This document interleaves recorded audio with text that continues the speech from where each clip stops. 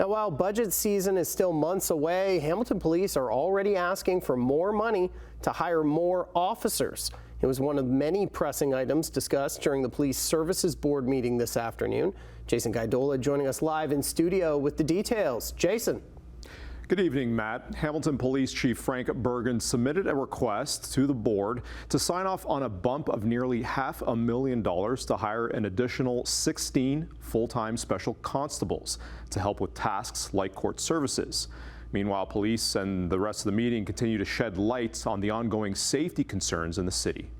While Hamilton Police continue to strategize around safety demands, Chief of Police Frank Bergen says his service is in need of a staff bump in other areas.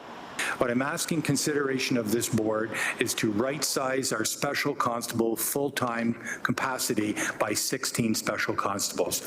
I believe it's timely, but I also believe it's prudent. At today's Police Services Board meeting, Bergen says in order to properly budget for next year, he's requesting north of $460,000 to hire the full-time special officers to help alleviate recent staffing pressures and costs in areas like security during court services. I hear that we're asking for more money.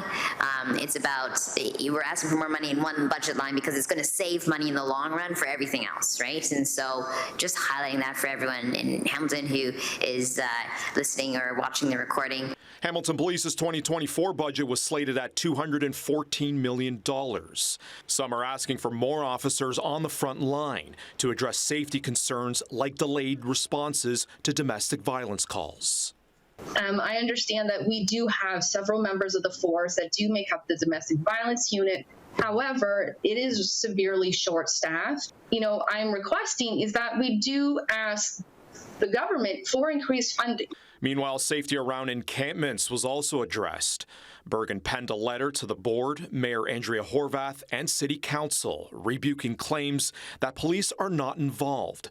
Bergen says since January, our Encampment Engagement Team has conducted 604 site visits. In addition, police have experienced a 479% increase in police events mentioning encampments or tents compared to similar events in 2019.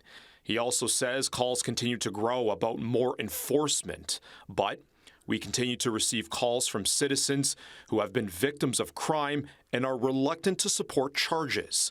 Unfortunately, the fear of retribution or unwillingness to participate in the court process encumbers our ability to proceed with charges. The chief's call for more officers was an official recommendation made to the Police Services Board. The next board meeting is scheduled for October 24th. Back to you.